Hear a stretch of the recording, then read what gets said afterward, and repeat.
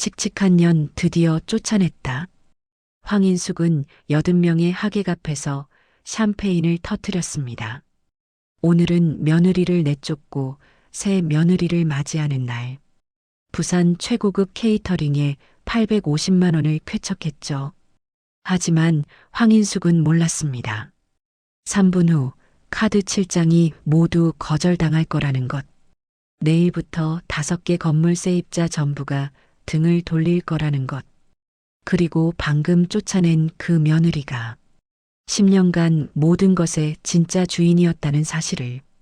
이혼 신고가 접수된 날 오후 한지우는 원룸 책상 앞에 앉았습니다. 창밖으로 부산 앞바다가 보였어요. 갈매기들이 낮게 날아다니고 있었죠. 휴대폰이 울렸고 황인숙에게서 온 문자였습니다. 오늘 저녁 해운대 사무실로 나와. 마지막 인사나 하고 가. 짧고 차가운 내용이었어요. 한지우는 화면을 끄고 깊게 숨을 들이마셨습니다. 손끝이 차갑게 식어가는 걸 느꼈어요. 해질녘 한지우는 해운대 상가 건물 앞에 섰습니다. 10년 동안 매일 봐온 익숙한 곳이었죠. 주차장에는 고급 수입차들이 빼곡하게 들어차 있었습니다. 엘리베이터를 타고 5층에 올라가자 복도부터 화려한 꽃장식이 놓여 있었어요. 문을 밀고 들어서는 순간 80명이 넘는 사람들의 웃음소리가 귀를 때렸습니다. 케이터링 업체 직원들이 분주하게 움직이고 있었고 흰색 테이블보가 깔린 테이블마다 샴페인 잔이 놓여 있었어요. 입구마다 화환이 세워져 있었고 붉은색 리본에 새 출발 축하합니다. 글씨가 선명했습니다. 한지우는 천천히 안으로 걸어 들어갔고 하나둘 자신을 향하는 시선들을 느꼈어요. 웅성거림이 조금씩 작아지더니 곧 다시 커지며 파도처럼 밀려왔습니다. 황인숙이 단상 앞에서 손을 크게 흔들며 소리쳤어요. 지우야, 여기 와봐. 내 자리 특별히 마련해뒀으니까. 맨 앞줄 테이블을 가리켰고 모든 사람의 시선이 집중되는 위치였습니다. 한지우는 그 자리로 걸어가 조용히 앉았어요. 등받이에 기대지 않고 허리를 곧게 세웠습니다. 황인숙은 화려한 베이지색 정장을 입고 목에는 굵은 금목걸이가 걸려 있었어요. 손가락마다 반지가 끼워져 있었고 귀에는 큼지막한 귀걸이가 조명을 받아 반짝였습니다. 그녀는 마이크를 잡고 단상에 올라서며 크게 웃었어요. 안을 천천히 둘러보며 만족스러운 표정을 지었습니다. 오늘 이렇게 바쁘신데도 불구하고 다들 와주셔서 정말 감사합니다. 우리 집에 새로운 식구가 들어왔고 새 며느리 서희를 여러분께 소개하려고 이렇게 자리를 마련했어요. 박수 소리가 천둥처럼 터지며 공간을 가득 채웠습니다. 사람들이 일제히 손뼉을 치며 환호성을 질렀어요. 황인숙은 만족스러운 표정으로 고개를 끄덕이며 말을 이었습니다. 전 며느리 시대는 완전히 끝이 났고 이제부터 우리는 새로운 시작과 함께 더욱 번창할 겁니다. 한지우는 무릎 위에 손을 가지런히 올려놓은 채 미동도 하지 않고 앉아 있었어요. 표정에는 아무런 변화도 없었고 그저 조용히 정면만 응시하고 있었습니다. 하지만 그 고요함이 묘하게 무거운 공기를 만들어냈고 몇몇 사람들이 불안한 듯 한지우를 힐끔거렸어요. 새 며느리 최서희가 연분홍색 원피스를 입고 자리에서 일어나 수줍게 고개를 숙였습니다. 사람들이 다시 박수를 쳤고 환호성이 터져 나왔어요. 최서희는 테이블 사이를 누비며 손님들에게 인사를 건넸습니다. 한지우가 앉은 테이블 옆을 지나치며 최서희는 힐끗 내려다보고는 코웃음을 쳤어요. 이제 진짜 며느리가 왔으니까 편하게 쉬셔도 돼요. 목소리는 작았지만 비아냥거리는 투였고 한지우는 고개도 들지 않은 채 물잔만 들어 올렸습니다. 아들 정민석이 정장 차림으로 단상 옆에 서서 넥타이를 매만지며 마이크를 받아들었습니다. 그의 얼굴에는 자신감이 넘쳐 흘렀고 입가에 득의양양한 미소를 띠며 말을 시작했어요. 여러분, 오늘 이렇게 귀한 시간 내주셔서 진심으로 감사합니다. 이 사업은 처음부터 끝까지 제가 직접 발로 뛰며 키운 거고 10년 동안 밤낮 없이 일한 덕분에 이렇게 성장할 수 있었어요. 완전히 거짓말이었지만 한지우는 그 말을 들으며 손끝에만 살짝 힘을 주었을 뿐 표정은 여전히 평온하게 유지했습니다. 정민석은 계속 이어가며 자랑을 늘어놓았어요. 앞으로 더 크게 확장하고 건물도 더 매입하고 부산 최고의 부동산 투자자가 되겠습니다. 박수 소리가 다시 우레처럼 터지며 사람들은 그의 말에 고개를 끄덕였습니다. 누군가 대단하다고 외쳤고 누군가는 성공했다고 감탄했어요. 음식이 나오기 시작했고 랍스터 요리가 하얀 김을 피우며 놓였습니다. 구수한 냄새가 코를 찔렀어요. 프리미엄 와인과 위스키가 테이블마다 배치됐고 샴페인이 얼음통에 담겨 나왔습니다. 황인숙은 테이블 사이를 누비며 사람들에게 직접 술을 따르고 큰 소리로 웃었어요. 회장님이라는 호칭이 여기저기서 들려왔고 그녀는 그 소리를 들을 때마다 어깨를 더 펴고 걸었습니다. 한지우의 테이블에는 아무도 말을 걸지 않았어요. 옆자리 사람들이 힐끔거렸지만 대화를 시도하지는 않았습니다. 한지우는 앞에 놓인 물잔을 들어 한 모금 마시며 건조한 목을 적셨어요. 파티가 무르익으며 사람들은 술을 마시고 떠들었습니다. 웃음소리가 안을 가득 채웠어요. 황인숙은 추가 주문을 계속 외쳤고 케이터링 직원들이 분주하게 음식을 날랐습니다. 오늘은 마음껏 드세요. 우리 돈이니까 걱정 마시고요. 계산은 점점 두꺼워졌고 500만 원을 넘어 700만 원, 850만 원으로 올라가며 숫자가 계속 커졌어요. 정민석은 테이블을 돌아다니며 악수를 하고 인사를 나눴습니다. 사업가로서의 위엄을 뽐냈고 최서희는 그의 옆에 붙어서 수줍게 웃었어요. 시간이 흐르며 파티는 여전히 계속됐고 누군가 건배를 제안하자 사람들이 일제히 잔을 들었습니다. 황인숙이 마이크를 다시 잡으며 감사 인사를 했고 앞으로 많은 응원 부탁한다고 말했어요. 박수가 다시 터지며 환호성이 울렸고 황인숙은 흡족한 표정으로 자리에 앉으며 한지우를 힐끗 쳐다봤습니다. 한지우는 여전히 똑같은 자세로 앉아 있었어요. 밤이 깊어지자 분위기는 더욱 무르익었고 술잔이 계속 오가며 웃음소리는 더 커졌습니다.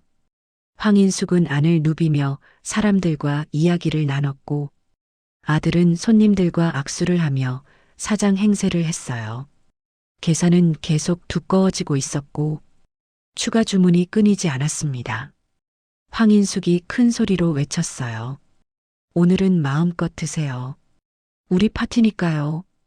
박수 소리가 다시 터져 나왔고 황인숙은 더욱 들뜬 표정으로 사람들 사이를 누볐습니다. 그 모습을 지켜보던 한지우가 조용히 자리에서 일어났어요. 황인숙이 그 움직임을 포착하고 재빨리 다가오며 차갑게 말했습니다. 지우야, 이제 그만 가봐. 어차피 여기서 할 일도 없잖아. 목소리는 차갑고 단호했어요. 한지우는 천천히 자리에서 일어나 의자를 밀어넣고 가방끈을 어깨에 걸었습니다. 황인숙을 향해 허리를 굽혀 고개를 숙이며 평온한 목소리로 말했어요. 어머님, 그럼 먼저 들어가겠습니다. 편안한 밤 되시길 바랍니다. 목소리에는 떨림도 없었고 분노도 없었어요. 오히려 지나칠 정도로 평온했습니다.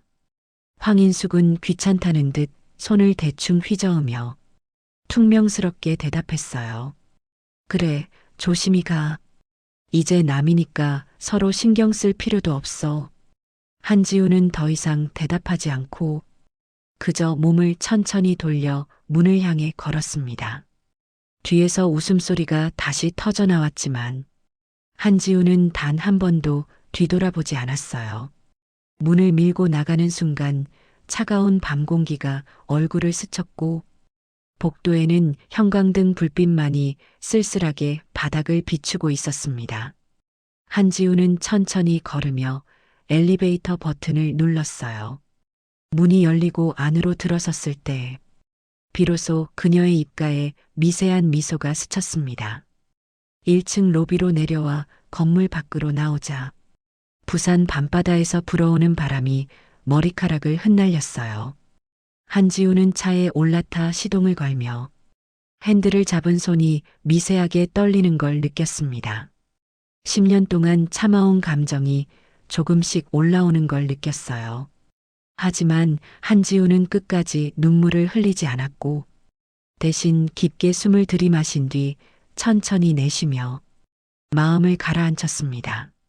백미러로 건물을 돌아보니 창문에서 환한 불빛이 여전히 밝게 켜져 있었어요. 안쪽에서 사람들의 그림자가 움직이고 있었습니다. 한지우는 고개를 돌려 시선을 정면으로 향하며 작게 중얼거렸어요. 이제 시작입니다. 진짜 정산이 시작되는 거예요. 목소리는 낮고 차분했지만 그 안에는 단단하고 흔들리지 않는 결의가 담겨 있었습니다. 한지우는 기어를 넣고 주차장을 빠져나가며 불빛이 점점 작아지는 걸 지켜봤어요. 황인숙과 아들 정민석, 그리고 새 며느리 최서희는 그날 밤 무엇이 시작됐는지 전혀 알지 못했습니다. 그들은 여전히 크게 웃고 떠들며 성공적인 파티에 도취돼 있었고 계산서가 850만 원대로 쌓여가고 있다는 사실조차 대수롭지 않게 여기며 계속 술을 마시고 떠들었어요. 하지만 한지우는 정확히 알고 있었고 자신의 그 침묵이 무엇을 의미하는지, 그 고요함 뒤에 어떤 일들이 준비되고 있는지를 명확히 이해하고 있었습니다.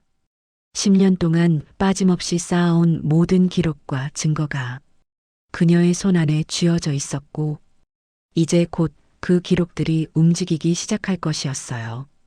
밤은 깊어갔고 부산 도시의 불빛들이 하나둘씩 꺼져가며 한지우의 차는 어둠 속을 조용히 달려갔습니다. 그녀의 눈빛은 흔들리지 않았고 앞으로 펼쳐질 모든 일들을 향해 단단히 고정돼 있었어요. 파티는 여전히 한창이었고 곧 계산 시간이 다가오고 있었지만 아무도 그 사실을 심각하게 받아들이지 않았습니다. 파티가 끝나갈 무렵 황인숙은 케이터링 업체 직원을 불렀습니다. 계산서를 받아들고 금액을 확인했어요. 850만 원이라는 숫자가 선명하게 찍혀 있었습니다. 황인숙은 전혀 개의치 않는다는 표정으로 지갑을 열었어요. 그녀는 가방에서 카드 지갑을 꺼냈고 안에는 7장의 카드가 가지런히 꽂혀 있었습니다. 맨 앞에 있는 신용카드를 빼 직원에게 건넸어요. 자신만만한 미소를 지으며 말했습니다. 이걸로 결제해 주세요. 직원이 카드를 받아 단말기에 넣었고 몇 초간 기계음이 울렸습니다. 그런데 예상과 달리 삐하는 전자음이 났어요.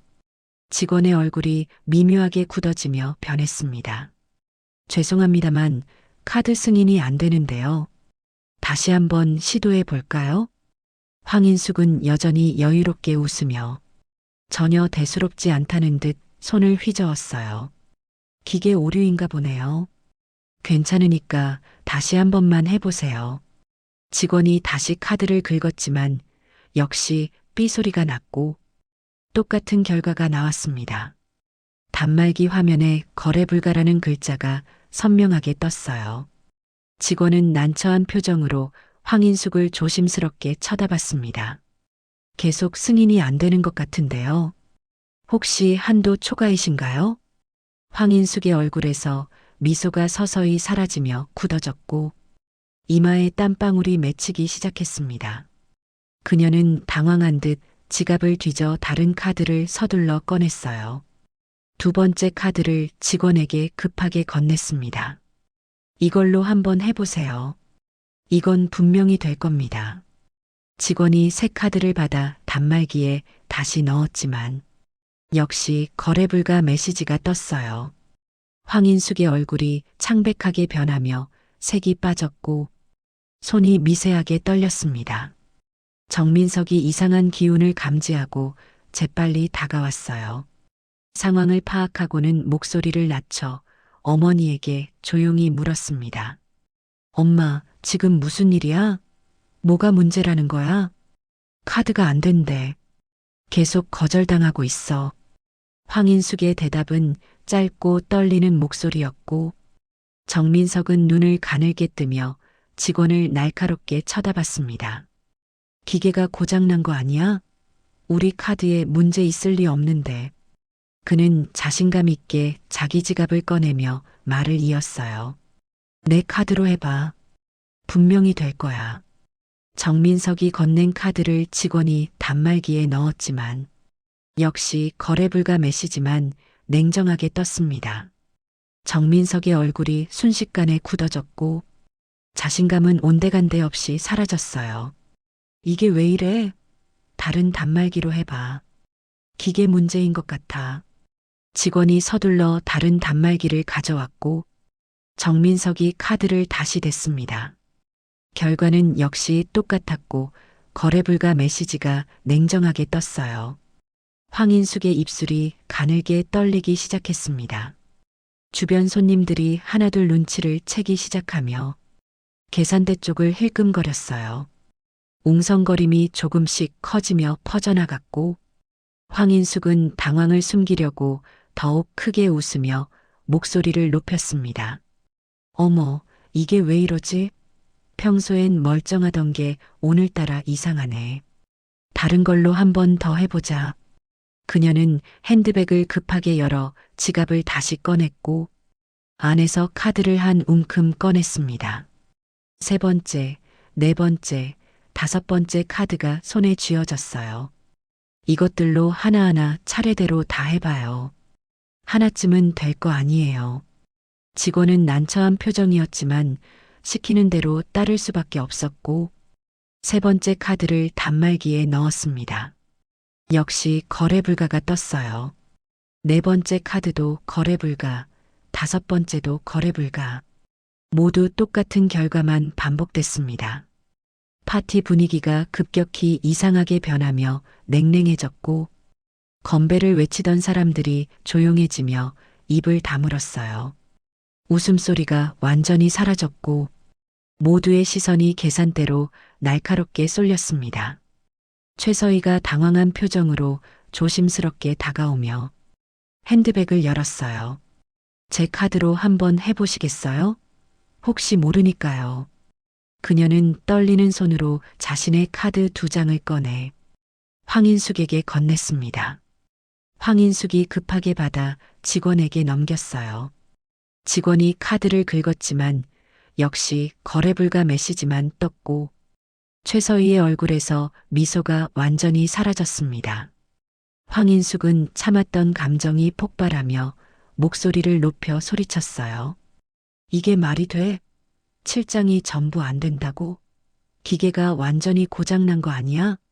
직원은 최대한 조심스럽게 낮은 목소리로 대답했습니다. 저희 쪽 문제가 아니라 카드사에서 승인이 안 나오는 것 같습니다. 한도나 결제 제한이 걸린 것 같아요. 그럴 리가 절대 없어. 분명히 기계가 고장난 거라고. 손님들이 웅성거리기 시작하며 서로 눈치를 보고 수군거렸습니다. 한 무리가 자리에서 일어나며 먼저 가봐야겠다는 눈빛을 교환했고 황인숙은 그들을 붙잡으려 했지만 말이 나오지 않았어요.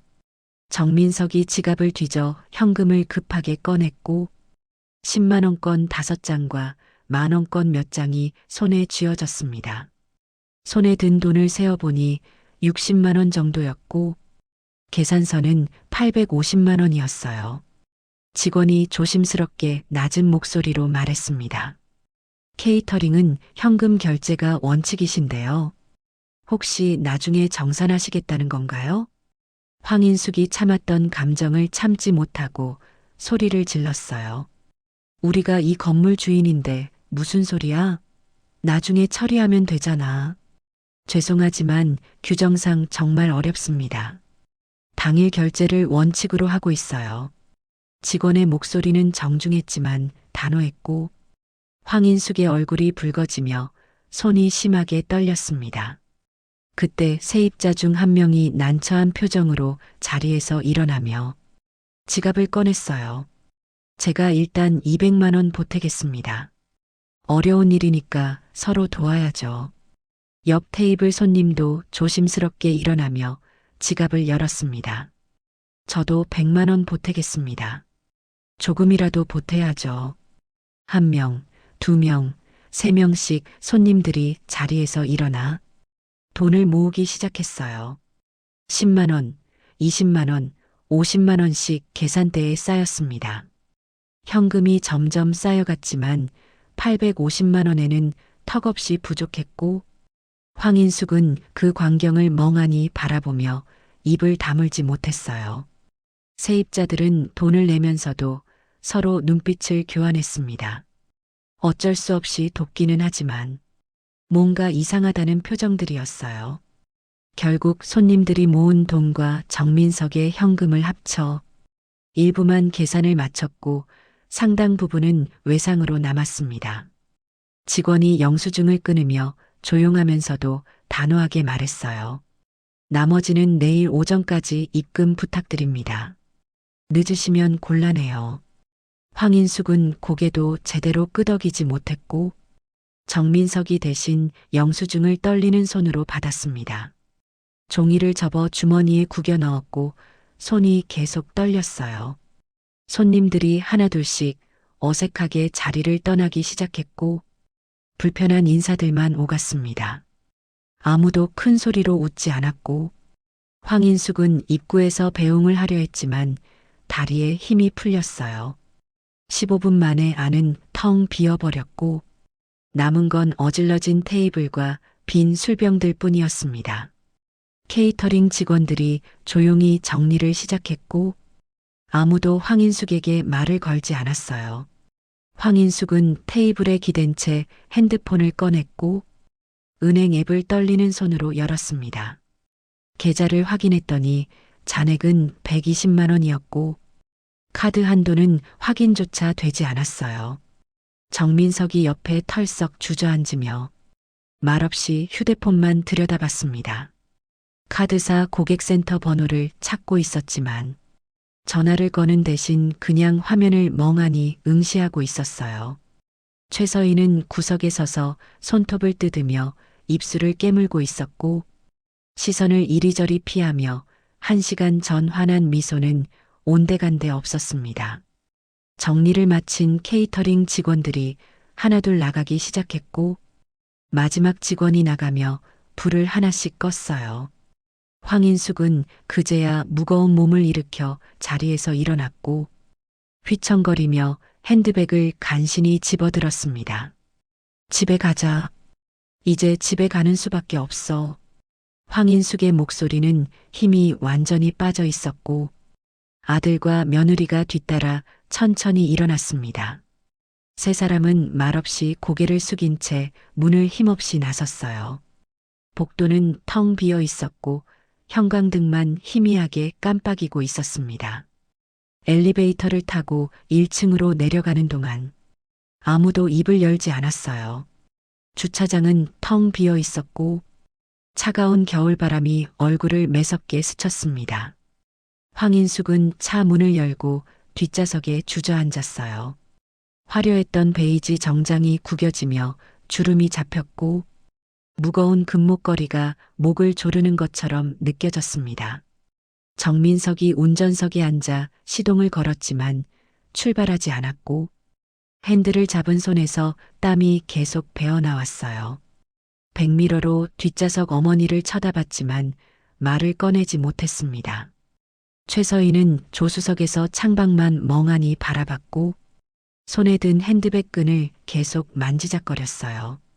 차 안은 무거운 침묵으로 가득 찼고 누구도 감히 말을 꺼내지 못했습니다.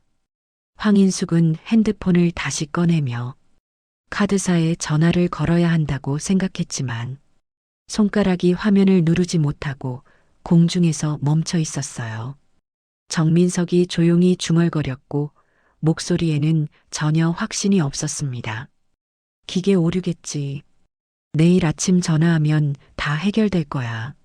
하지만 그의 목소리는 떨렸고 황인숙은 대답하지 않았어요. 그녀도 이미 알고 있었고 이건 단순한 기계 오류가 절대 아니라는 걸 본능적으로 느끼고 있었습니다. 차는 여전히 주차장에 멈춰 있었고 세 사람 모두 움직이지 못한 채 얼어붙어 있었어요. 건물 간판 불빛이 차창에 반사돼 흔들렸고 그 빛은 점점 흐릿해지며 희미해져 갔습니다. 한참이 지나서야 정민석이 기어를 넣었고 차가 천천히 주차장을 빠져나가기 시작했어요. 거리는 텅 비어 있었고 가로등만 쓸쓸하게 길을 비추고 있었습니다. 황인숙은 뒷좌석에서 눈을 감았지만 자꾸만 계산대 앞에서 카드가 거절되던 순간이 떠올랐어요. 그 거래 불가 메시지가 계속 눈앞에 어른거렸고 손님들의 동정 어린 시선이 가슴을 짓눌렀습니다. 무언가 크게 잘못되고 있다는 걸 느꼈지만 아직은 그것이 무엇인지 정확히 알지 못했어요. 하지만 내일 아침이 되면 모든 것이 명확해질 것이었습니다. 다음 날 아침 황인숙은 잠을 제대로 자지 못한 채 일어났습니다. 눈 밑에 다크서클이 짙게 깔렸고 거울 속 자신의 모습이 낯설게 느껴졌어요. 정민석은 이미 일어나 거실에서 휴대폰만 들여다보고 있었고 최서희는 방에서 나오지 않았습니다. 민서가 카드사에 전화는 했어? 황인숙이 물었지만 아들은 고개를 저으며 대답했어요. 아직 안 받아. 상담원 연결이 안 돼. 황인숙은 한숨을 크게 내쉬며 가방을 들고 사무실로 향했습니다. 일찍 출근해서 어제 일을 정리해야 했고 케이터링 잔금도 입금해야 했어요. 사무실에 도착하자마자 휴대폰이 울렸고 건물 관리업체였습니다. 황인숙은 전화를 받으며 이미 무슨 말을 할지 짐작이 갔어요. 회장님, 오늘 관리비 자동이체가 반려됐는데요. 확인 부탁드립니다. 무슨 소리예요? 우리 계좌에 잔액 충분한데. 황인숙의 목소리는 날카롭게 올라갔지만 상대방은 흔들리지 않았습니다. 저희 쪽에서 확인한 결과 이체 실패로 나왔습니다. 재입금 부탁드려요. 전화가 끊기고 황인숙은 휴대폰을 테이블에 던지듯 내려놓았어요. 손이 부들부들 떨렸고 입술이 바짝 말라 갈라지는 게 느껴졌습니다. 그때 사무실 문이 열리며 택배 기사가 들어왔어요. 손에는 두툼한 등기우편 5통이 들려 있었습니다. 황인숙 씨 맞으시죠? 여기 서명 부탁드립니다. 황인숙은 영문도 모른 채 서명을 했고 봉투를 받아들었습니다. 발신인을 확인하니 부산, 대구, 광주각 건물 세입자들이었어요. 순간 가슴이 철렁 내려앉는 느낌이 들었습니다. 첫 번째 봉투를 뜯었고 안에서 공문이 나왔어요. 공문 상단에는 임대차 계약 관련 중요 공지라고 적혀 있었고 본문을 읽는 순간 얼굴이 새하얗게 질렸습니다. 본 건물의 실소유주는 한지우입니다. 임대료 입금 계좌가 변경되었음을 알려드립니다. 신규 계좌 정보는 아래와 같으며 기존 계좌로 입금된 금액은 임대료로 인정되지 않습니다. 황인숙의 손에서 종이가 미끄러져 바닥에 떨어졌어요. 급하게 두 번째, 세 번째 봉투를 뜯었지만 내용은 모두 똑같았습니다. 부산 건물 2채, 대구 건물 2채, 광주 건물 1채, 총 5개 건물 세입자 전부에게 같은 공문이 발송된 것이었어요. 황인숙은 주저앉으며 바닥에 흩어진 공문들을 멍하니 바라봤습니다. 실소유주는 한지우입니다. 그 문장이 계속 눈앞에 어른거렸고 머릿속이 하얗게 변하며 아무 생각도 나지 않았어요. 10년 동안 자기 건물이라고 믿었던 것들이 전부 며느리 명의였다는 사실. 그제야 모든 퍼즐이 맞춰지기 시작했습니다. 카드가 전부 거절당한 이유, 자동이체가 실패한 이유, 한지우가 그렇게 조용히 떠난 이유, 휴대폰이 다시 울렸고 부산 건물 세입자였어요. 황인숙은 떨리는 손으로 전화를 받았습니다. 회장님, 방금 공문 받으셨죠? 이게 대체 무슨 상황인가요? 그게. 황인숙은 대답을 하려 했지만 목소리가 나오지 않았어요. 10년 동안 회장님이 건물주라고 하셨잖아요. 그런데 실소유주가 따로 있다니 이게 무슨 소리예요? 다음 달 임대료는 어디로 입금해야 하는 겁니까? 세입자의 목소리에는 당황과 함께 미묘한 배신감이 섞여 있었어요. 어제 파티에서 돈을 모아주긴 했지만 뭔가 이상하다고 느꼈던 게 사실이었던 것입니다. 제가 지금 확인 중이니까 조금만 기다려주세요. 황인숙은 간신히 말을 짜내며 전화를 끊었지만 곧바로 다른 세입자에게서 전화가 걸려왔습니다. 한 통, 두 통, 세 통. 전화는 계속 걸려왔고 모두 같은 질문이었어요. 실소유주가 누구예요? 10년 동안 속인 겁니까? 다음 달 임대료 어떻게 해야 해요? 황인숙은 더 이상 전화를 받을 수 없어서 휴대폰 전원을 꺼버렸습니다. 하지만 사무실 전화기가 울리기 시작했고 벨소리가 귀를 찢으며 계속 울렸어요. 그때 정민석이 사무실 문을 열고 급하게 들어왔습니다. 손에는 똑같은 등기우편이 들려 있었고 얼굴은 창백하게 질려 있었어요. 엄마, 이게 무슨 소리야? 건물이 전부 지우 명의라고? 10년 동안 우리가 운영한 건데 왜 지우 이름으로 돼 있어? 나도 몰라. 나도 처음 알았어. 황인숙의 목소리는 떨리고 있었고 정민석은 공문을 구겨쥐며 바닥에 던졌습니다. 이게 말이 돼?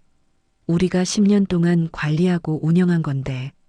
그는 방 안을 왔다 갔다 하며 손으로 머리를 쥐어뜯었어요. 세입자들한테 뭐라고 설명해야 해? 어제 파티에서 돈까지 모아줬는데 이제 우리가 사기꾼이 된 거잖아. 명의가 지우로 돼 있으면 법적으로는 지우 거야. 우리는 아무것도 아닌 거지. 황인숙은 처음으로 그 사실을 입 밖으로 꺼냈고 말하는 순간 현실이 뼈저리게 다가왔어요. 정민석은 소파에 털썩 주저앉으며 머리를 감싸쥐었습니다. 그럼 카드도 전부 지우 명의였던 거야? 그랬겠지. 지우 이름으로 발급받은 거니까. 그래서 어제 전부 막힌 거고 지우가 정지 신청한 거겠지.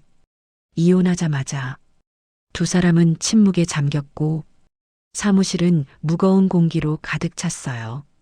한참이 지나서야 아들이 입을 열었습니다. 지우한테 연락해봐. 합의해야 해. 번호가 바뀌었어. 카톡도 차단됐고. 그럼 어떻게 해? 모르겠어. 정말 모르겠어. 황인숙은 두 손으로 얼굴을 감싸며 작게 흐느끼기 시작했어요.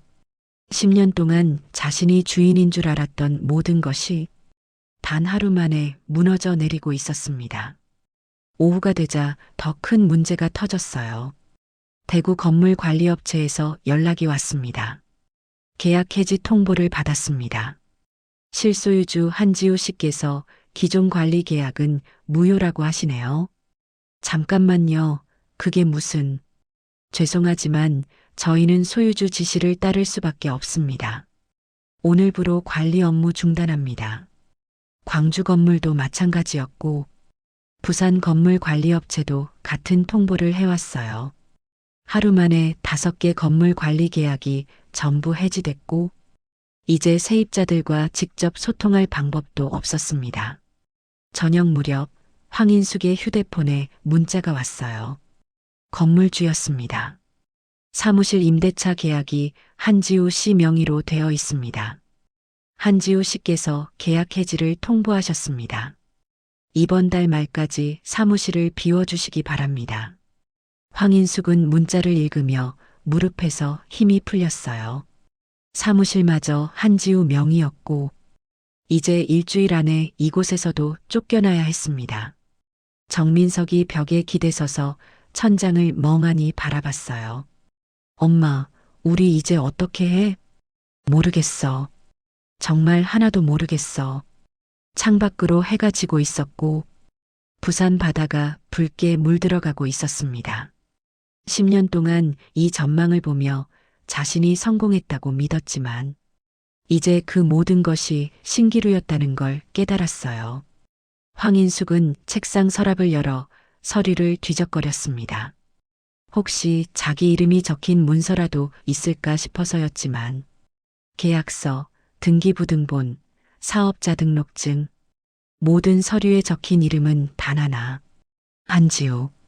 황인숙은 서류를 내려놓으며 고개를 떨어뜨렸어요. 10년 동안 우리 건물이라고 자랑하던 그 모든 것이 처음부터 끝까지 며느리의 것이었습니다. 그리고 며느리는 10년 동안 한마디 말도 없이 조용히 증거를 모으고 있었던 것이었어요. 밤이 깊어갔지만 황인숙과 아들은 사무실을 떠나지 못했습니다. 어디로 가야 할지 몰랐고 무엇을 해야 할지도 몰랐어요. 그저 텅 빈 공간에 앉아 어둠이 내리는 것을 멍하니 바라볼 뿐이었습니다. 일주일이 지났고 황인숙은 집 근처 편의점 ATM 앞에 서 있었습니다. 당장 현금이 필요했고 케이터링 잔금을 치러야 했으며 생활비도 떨어졌어요. 카드가 막혔으니 현금을 뽑는 수밖에 없었고 손에 든 핸드백이 무겁게 느껴졌습니다. 편의점 유리문을 밀고 들어서자 차가운 형광등 불빛이 얼굴을 비쳤어요. ATM 앞에는 다행히 사람이 없었고 황인숙은 서둘러 체크카드를 꺼내 기계에 넣었습니다. 화면을 터치하며 200만 원을 입력했고 기계가 잠시 돌아가더니 메시지가 떴어요. 출금 불가. 한도 초과. 황인숙은 당황해서 다시 100만 원을 입력했고 손가락이 미세하게 떨리며 화면을 눌렀습니다. 역시 같은 결과였고 기계는 냉정하게 출금 불가만 반복했어요. 그때 뒤에서 인기척이 났고 중년 남자가 줄을 서며 기다리고 있었습니다. 황인숙은 얼굴이 화끈거리며 뜨거워졌고 다른 카드를 급하게 꺼내 기계에 넣었어요. 20만 원만이라도 뽑아야 했고 최소한의 현금이라도 확보해야 했습니다. 결과는 역시 똑같았고 출금 불가 메시지만 계속 반복해서 떴어요. 뒤에 선 남자가 헛기침을 크게 했고 황인숙은 서둘러 카드를 빼며 뒤로 물러섰습니다. 기계 고장인가 봐요. 오늘따라 이상하네. 황인숙은 중얼거리며 변명했지만 남자는 무표정하게 고개만 끄덕였어요. 하지만 그가 카드를 넣자 기계는 정상적으로 작동했고 현금이 쏟아져 나왔습니다. 황인숙은 얼른 편의점을 빠져나왔고 찬바람이 얼굴을 매섭게 스쳤어요.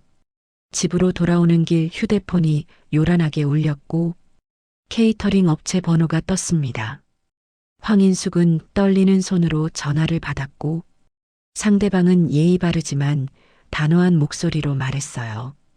회장님, 잔금 입금이 아직 확인이 안 됐는데요. 오늘까지 입금 안 되면 법적 조치 취하겠습니다. 지금 준비 중이에요. 조금만 기다려주세요. 이미 일주일이 지났습니다. 더 이상은 어렵습니다. 전화가 끊기고 황인숙은 휴대폰을 주머니에 넣었어요. 손이 떨려서 제대로 잡을 수가 없었고 가슴이 두근거리며 빠르게 뛰었습니다. 집에 도착하니 현관문 앞에 또 등기우편이 놓여 있었어요. 발신인을 확인하는 순간 다리에 힘이 풀렸습니다. 부산지방법원. 황인숙은 떨리는 손으로 봉투를 뜯었고 안에서 두툼한 서류 뭉치가 나왔어요. 첫 장을 펼치자 소장이라는 글자가 크게 적혀 있었고 원고는 한지우, 피고는 황인숙과 정민석으로 표시돼 있었습니다. 청구 취지를 읽는 순간 눈앞이 캄캄해졌고 손에서 서류가 미끄러져 바닥에 떨어졌어요. 재산 분할 및 손해배상 청구 15억 원. 형사상 업무상 횡령 및 배임 고소. 황인숙은 서류를 다시 주워들고 한 줄 한 줄 읽기 시작했습니다. 페이지를 넘길수록 얼굴이 창백하게 변했어요. 청구 원인에는 간략하게만 적혀 있었습니다.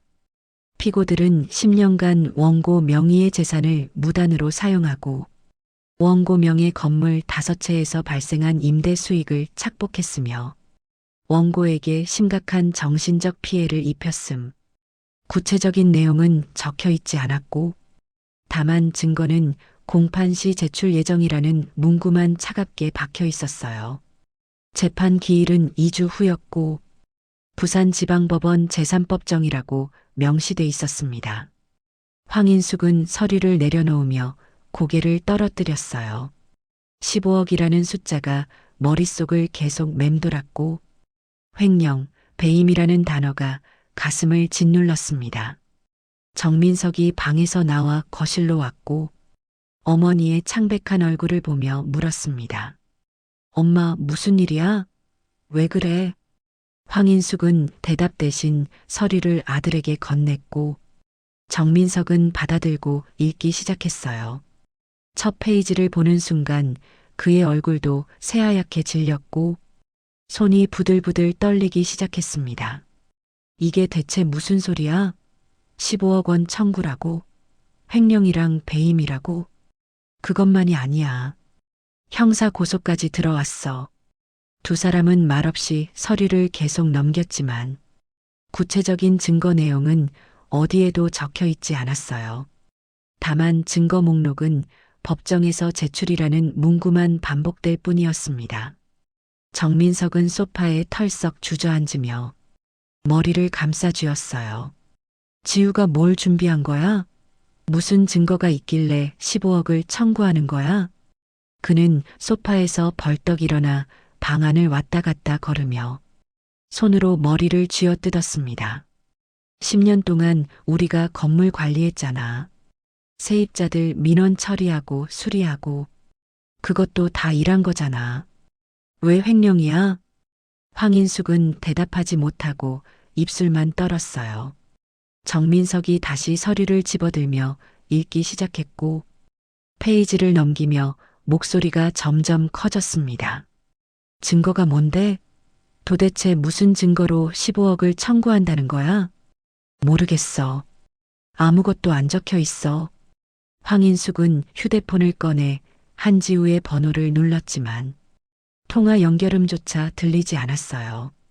번호가 변경됐거나 차단된 것 같았고 문자를 보내도 전송 실패만 떴습니다. 지우한테 연락해서 합의해야 해. 법정까지 가면 안 돼. 연락이 안 돼. 번호를 바꿨나 봐. 정민석은 소장 뒷장을 넘겨 원고 측 변호사 번호를 찾았어요. 변호사한테라도 연락해보자. 지금 당장. 그는 떨리는 손으로 전화를 걸었고 몇 번의 신호음 후 차분한 여성 목소리가 들렸습니다. 네, 법무법인 정희입니다. 저 한지우 씨 소송건으로 연락드렸습니다. 피고 정민석인데요. 합의를 하고 싶어서요. 잠시만요. 담당 변호사님께 연결해 드리겠습니다. 잠시 후 다른 목소리가 들렸고 더욱 차갑고 단호한 톤이었어요. 네, 정민석 씨. 무슨 일로 연락하셨나요? 합의를 하고 싶습니다. 지우. 한지우 씨를 직접 만나서 이야기하고 싶은데 혹시 연락처를 알 수 있을까요? 의뢰인께서는 직접 대면을 원치 않으십니다. 합의 의사가 있으시면 저를 통해 전달해 주시면 됩니다. 정민석은 목소리를 높이며 말했어요. 우리가 10년 동안 건물 관리했어요. 세입자 민원 처리하고 수리하고 그게 다 일한 건데 왜 횡령이에요? 15억은 너무 과한 거 아닙니까? 피고 측에서 건물 관리를 하신 건 사실입니다만 건물 소유권은 명확히 원고에게 있었고 피고들은 원고의 동의 없이 임대 수익을 착복하셨습니다. 그럼 우리가 일한 건 어떻게 되는 거예요? 그 부분은 법정에서 다룰 예정입니다. 합의 조건을 구체적으로 말씀해 주시겠습니까? 정민석은 목소리를 낮추며 애원하듯 떨리는 목소리로 말했어요. 제가 정말 잘못했습니다. 지우한테 진심으로 사과하고 싶고 모든 걸 다 돌려주고 싶어요. 그러니까 형사 고소만은 취소해달라고 전해주세요. 합의 조건을 구체적으로 말씀해 주시겠습니까? 정확히 얼마를 언제까지 지급하실 수 있는지요. 지금 당장은 돈이 없는데 시간을 조금만 주시면 어떻게든 마련해서 꼭 갚겠습니다. 변호사는 짧게 한숨을 쉬더니 냉정하고 차가운 목소리로 대답했어요. 죄송하지만 현실적인 변제 방안 없이는 합의가 어렵습니다. 구체적인 제안을 준비하신 후 다시 연락 주시기 바랍니다. 그럼 청구 금액이라도 줄일 수 있나요? 15억은 너무 큰 금액이라서요. 청구 금액은 의뢰인께서 실제로 입은 피해액을 산정한 것입니다. 법정에서 증거와 함께 상세히 입증할 예정이니 그때 확인하시기 바랍니다. 증거가 뭐가 있는데요? 도대체 무슨 증거로 15억을 청구하는 겁니까? 정민석의 목소리가 다급해지며 떨렸어요. 그건 공판 과정에서 명확히 밝혀질 것입니다. 더 이상 말씀드릴 수 없습니다. 전화가 끊겼고 정민석은 휴대폰을 바닥에 내던지며 소리를 질렀습니다. 휴대폰 화면에 금이 가며 깨졌고 황인숙은 그 모습을 멍하니 바라볼 뿐이었어요. 엄마, 이거 어떡해? 진짜 감옥 갈 수도 있다는데. 지우가 무슨 증거를 준비한 건지 알 수가 없잖아. 모르겠어. 내가 뭘 어떻게 해야 할지 모르겠어. 황인숙의 목소리는 힘이 완전히 빠져 있었고 눈물이 계속 흘러내렸습니다. 10년 동안 자신이 주인인 줄 알고 살았는데 단 하루 만에 모든 게 거짓이었다는 걸 깨달았어요. 그리고 이제 2주 후면 법정에 서야 했고 그곳에서 어떤 증거들이 나올지 전혀 알 수 없었습니다.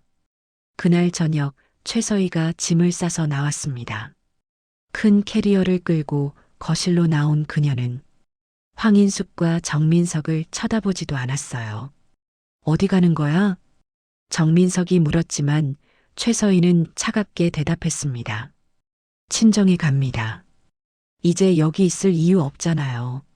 서희야, 지금 이럴 때가 아니잖아. 같이 뭘 하자고요? 빚같이 갚자고요? 최서희는 캐리어 손잡이를 더 세게 쥐며 목소리를 높였어요. 저는 결혼도 안 했고 법적으로 아무 관계도 아니에요. 파티 때 제 카드도 막혔잖아요. 저도 피해자라고요.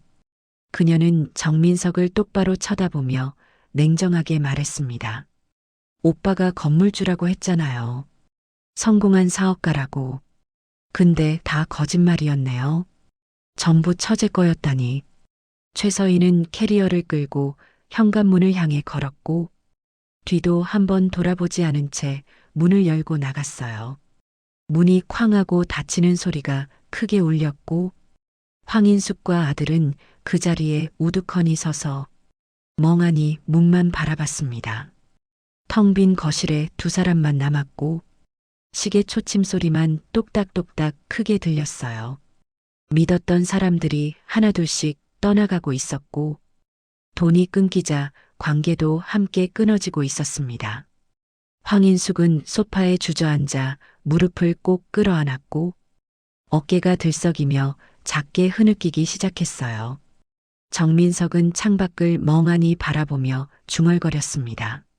지우가 10년 동안 뭘 준비한 거야? 무슨 증거가 그렇게 많은 거야? 하지만 아무도 대답하지 않았고 거실은 무거운 침묵으로 가득 찼어요. 2주라는 시간이 너무 짧게 느껴졌고 동시에 견딜 수 없이 길게 느껴졌습니다. 황인숙은 법정에서 자신을 기다리고 있을 한지우의 차가운 눈빛을 상상하며 몸을 떨었어요.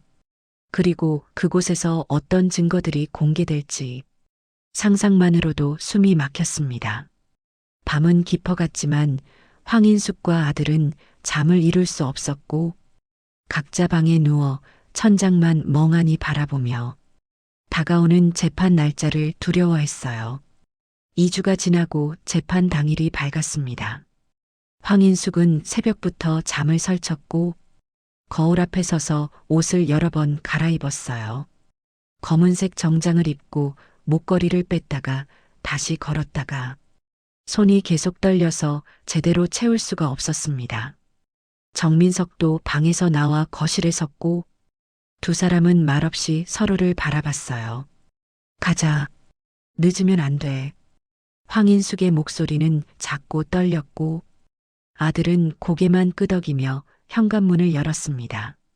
부산지방법원은 해운대에서 차로 30분 거리였고 아침 교통체증 속에서 차는 천천히 움직였어요.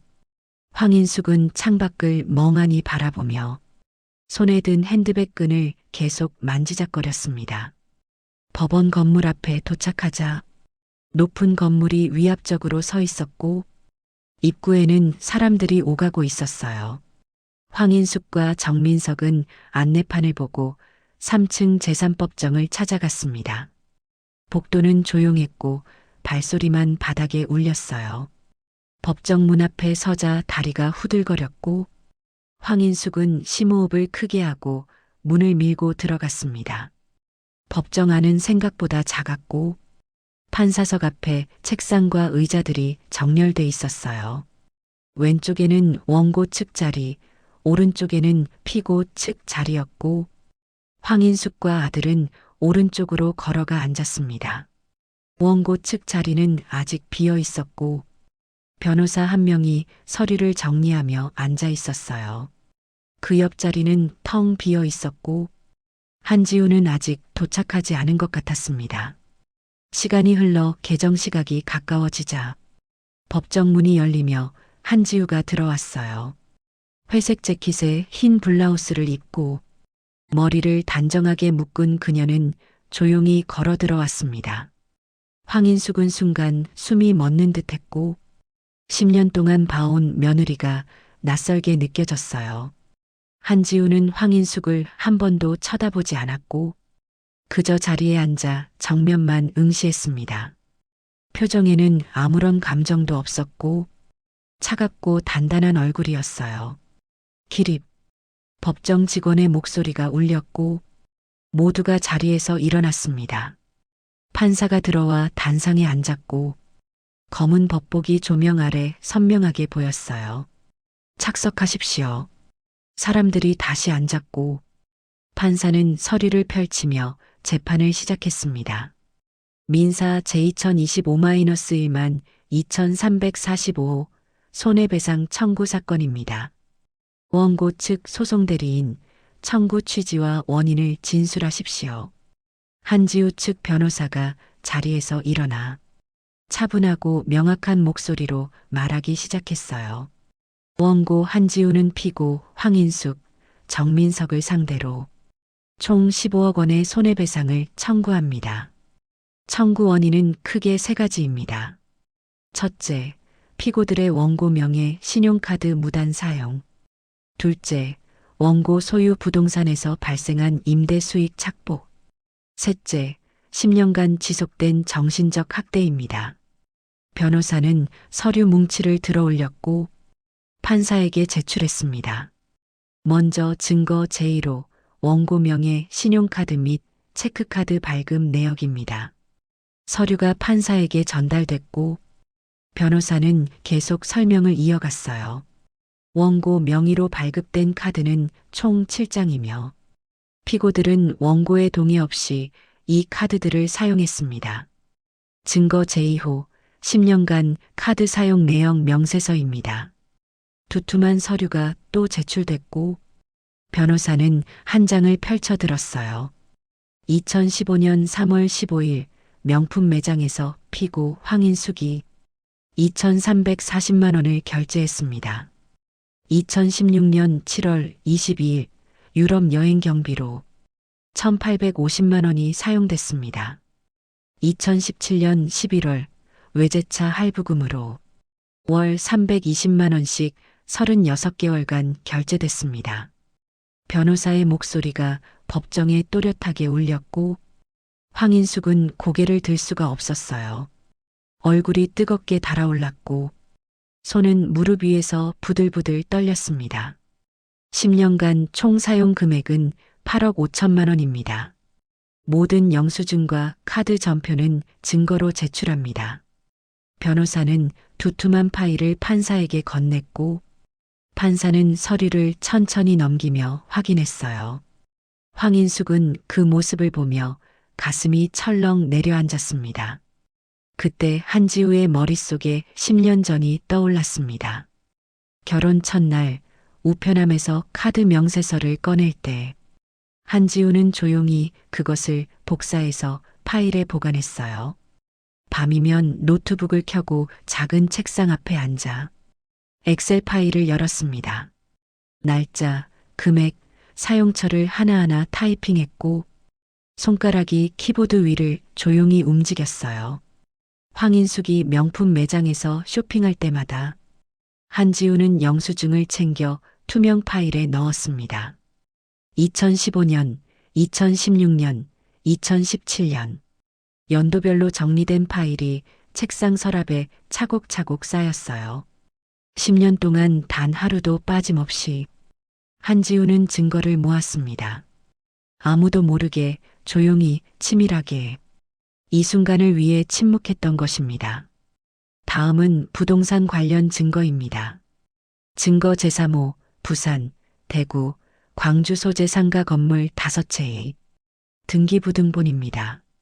변호사는 서류를 펼쳐 보이며 하나하나 주소를 낭독했어요. 모든 건물의 소유주는 원고 한지우이며 2015년 결혼 당시 원고 부모님께서 제공한 결혼 자금 20억 원으로 매입한 것입니다. 증거 제4호 결혼 자금 제공 확인서 및 계약서입니다. 서류가 제출됐고 변호사는 계속 설명했어요.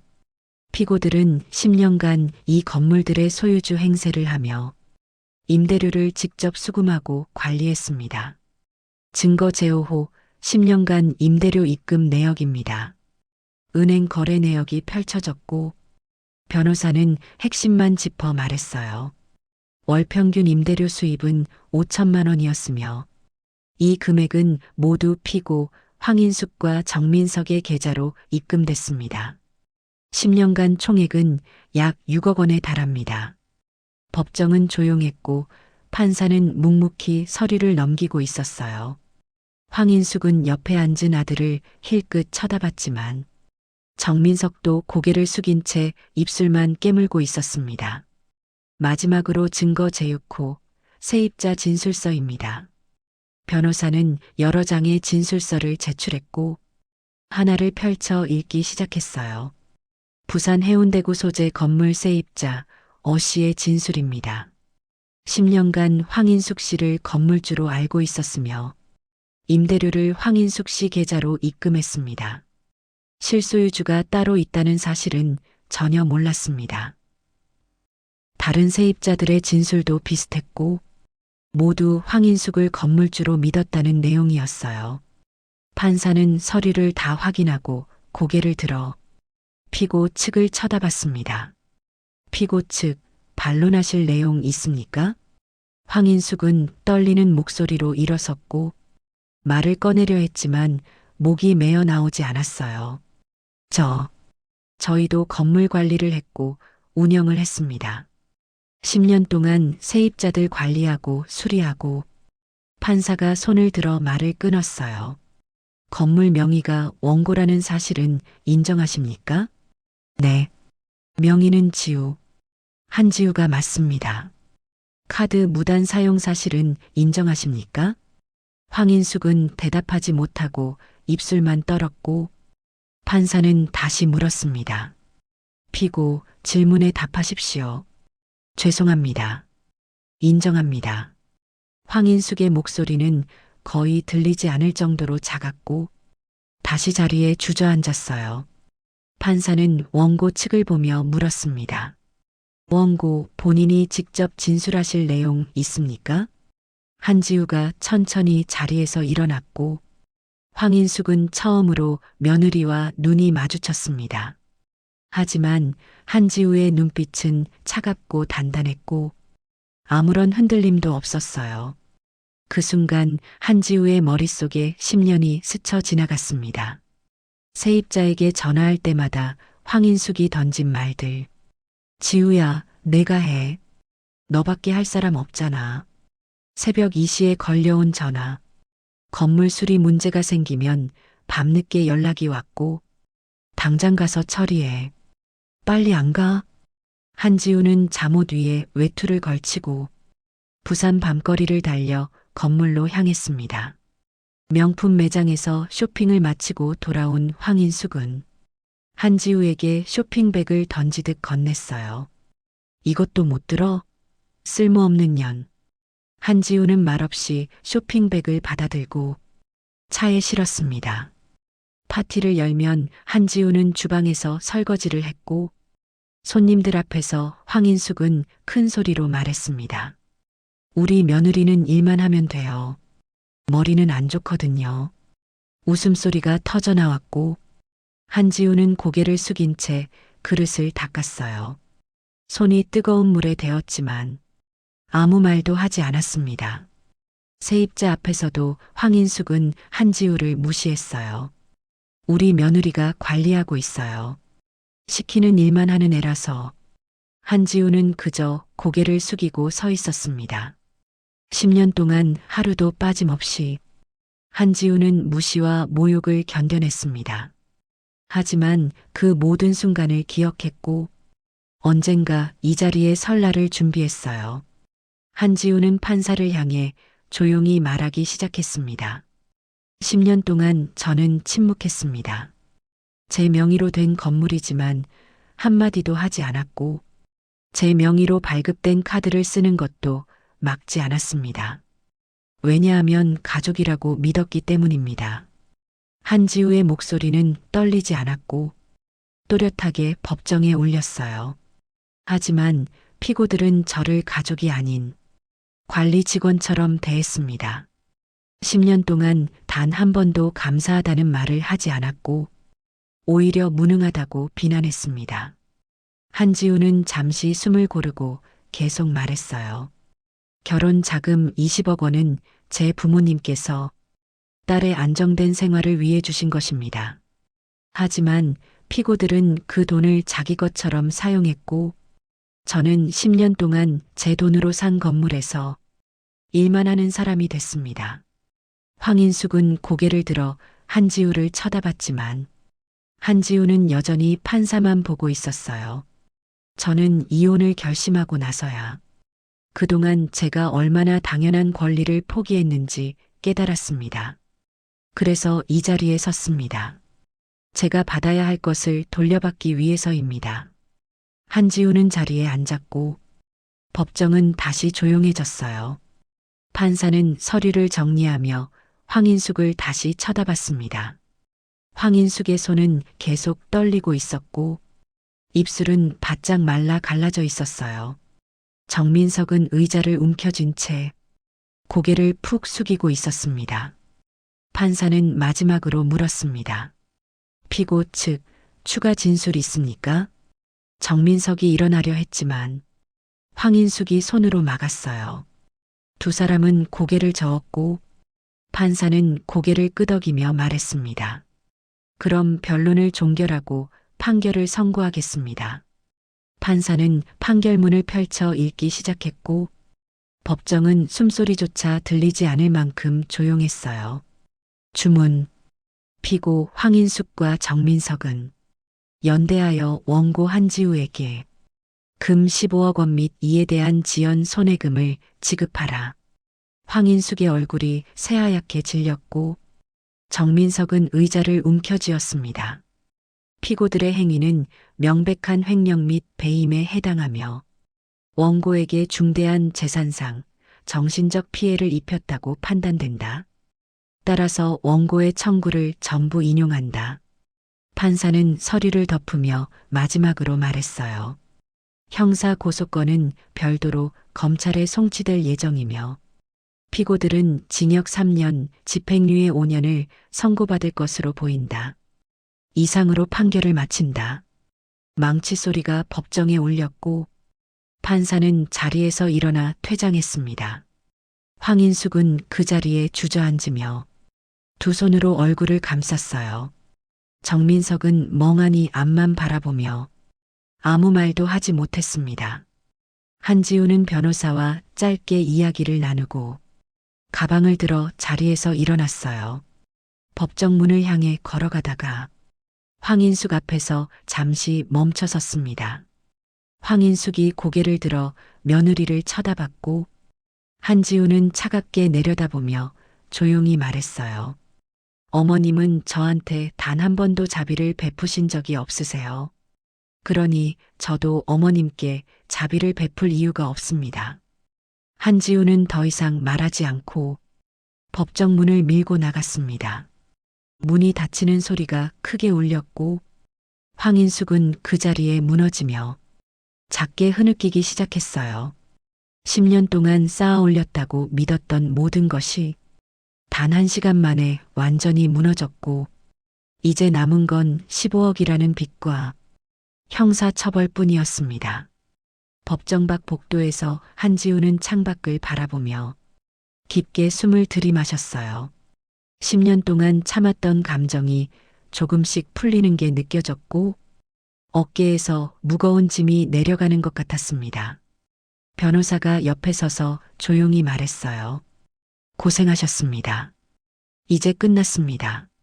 한지우는 고개를 끄덕이며 작게 미소를 지었습니다. 복수는 뜨겁게 타오르는 분노가 아니라 차갑게 준비된 정이었습니다. 한지우는 10년 동안 매일 밤 증거를 모으며 이 순간을 기다렸고 침묵은 나약함이 아니라 전략이었습니다. 1년이 지났습니다. 한지우는 부산 해운대 사무실 창가에 서서 푸른 바다를 바라보고 있었어요. 햇살이 유리창을 통해 들어와 책상 위 서류를 환하게 비추고 있었습니다. 책상 위에는 새로운 건물 매매 계약서가 놓여 있었고 6번째 건물이었어요. 부산 서면에 위치한 대형 상가 건물로 투자 가치가 충분했습니다. 한지우는 펜을 들어 계약서에 서명을 하고 직인을 꾹 눌렀어요. 10년 동안 빼앗겼던 시간을 되찾고 있었고 이제는 누구의 눈치도 보지 않았습니다. 사무실 문이 노크 소리와 함께 열렸고 새로 채용한 직원이 들어왔어요. 대표님, 대구 건물 임대차 계약 갱신이 완료됐습니다. 광주 건물은 다음 주 월요일에 최종 확인 예정이고요. 수고했어요. 서류는 파일에 정리해서 보관해 주세요. 직원이 고개를 숙이고 나가자 한지우는 다시 창밖을 바라봤습니다.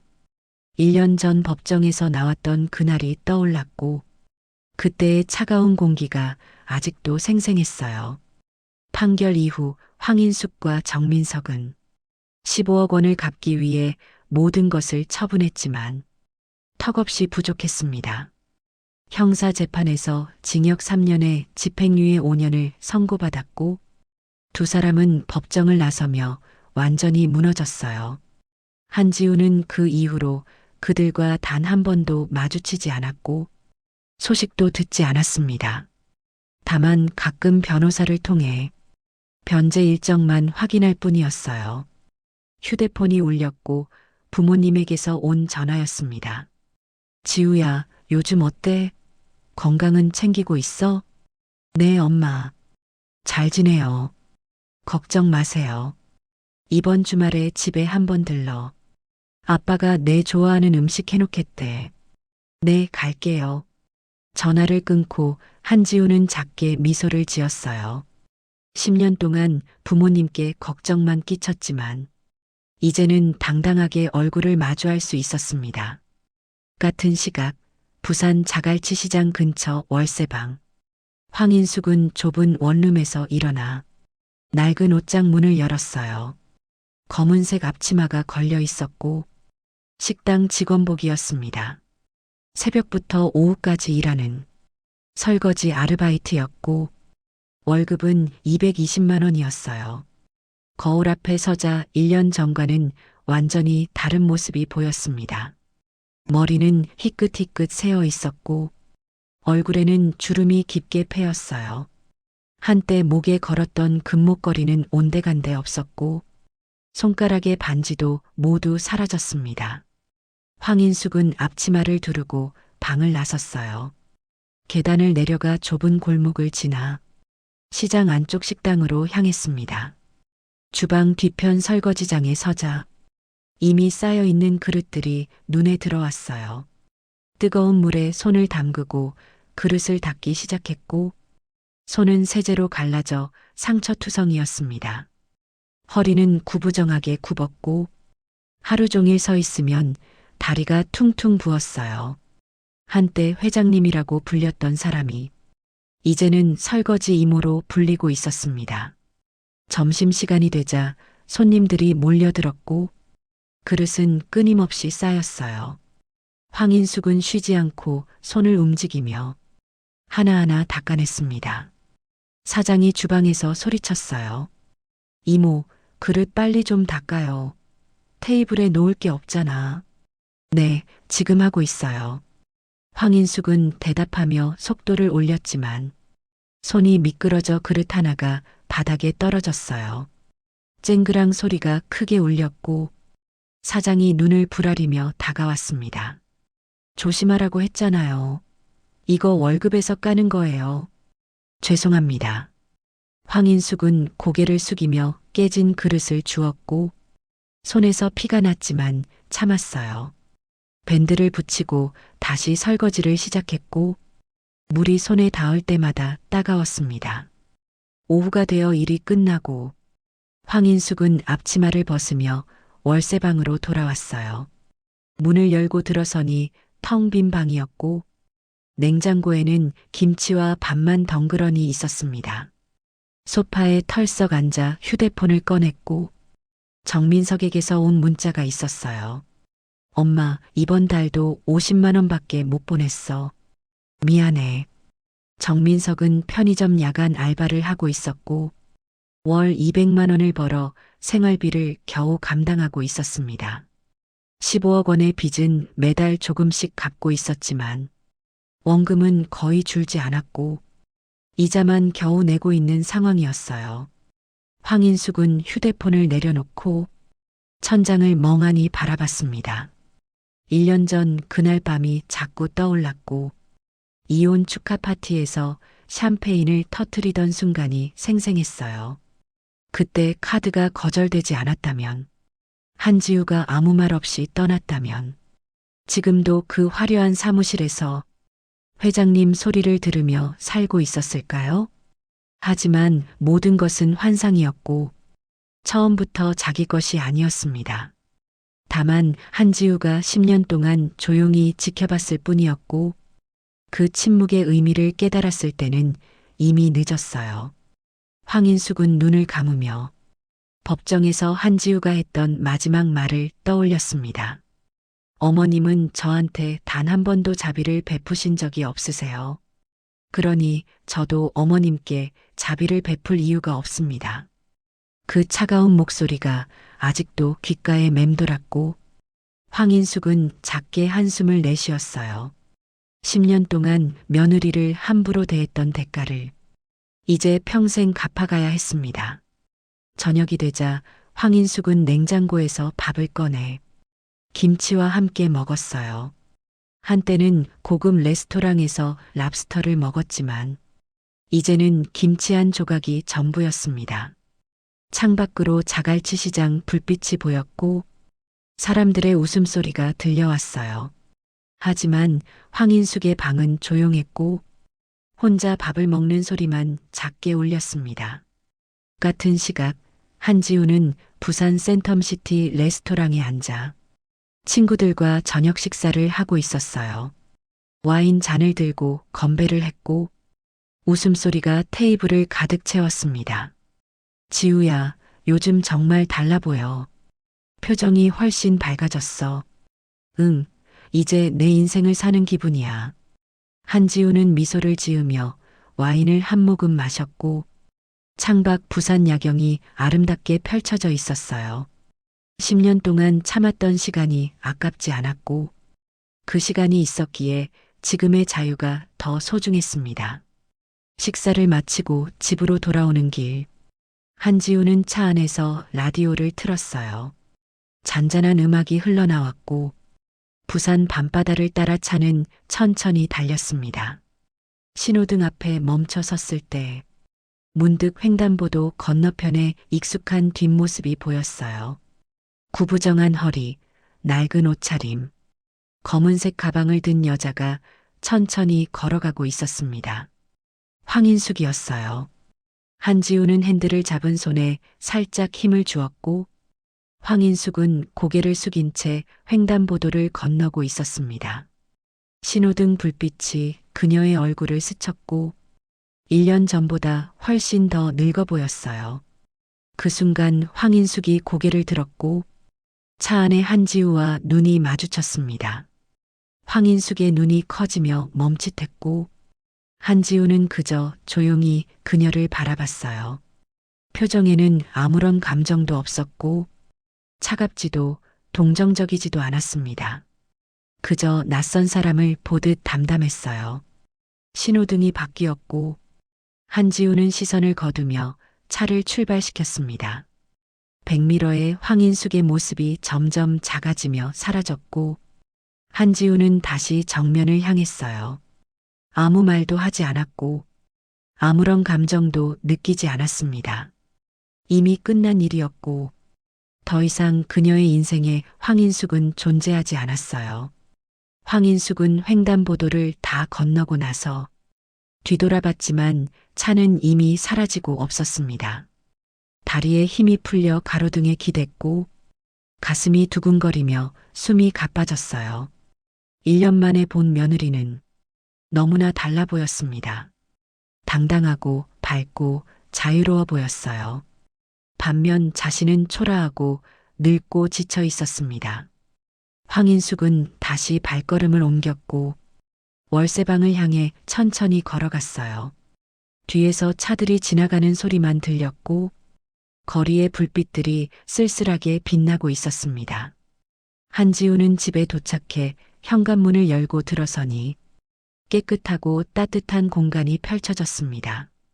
더 이상 누군가의 눈치를 볼 필요가 없었고 더 이상 참을 이유도 없었어요. 한지우는 침대에 누워 천장을 바라보며 조용히 중얼거렸습니다. 10년은 길었지만 그만한 가치가 있었어요. 눈을 감으니 편안한 어둠이 찾아왔고 한지우는 깊은 잠에 빠져들었어요. 복수는 뜨겁게 타오르는 분노가 아니라 차갑게 준비된 정이었고 한지우는 그것을 완벽하게 이뤄냈습니다. 그리고 황인숙은 그 대가를 평생 치르게 될 것이었어요. 인과응보, 뿌린 대로 거두는 법이었고 10년간 심었던 씨앗이 결국 열매를 맺었습니다. 한지우의 열매는 자유와 평화였고 황인숙의 열매는 고독과 후회였어요. 부산 밤바다에는 파도 소리만 조용히 울렸고 두 사람의 1년 후는 완전히 달랐습니다. 한 사람은 새로운 시작을 맞이했고 한 사람은 끝없는 대가를 치르고 있었어요. 그렇게 이야기는 끝이 났고 정의는 늦었지만 반드시 찾아왔습니다.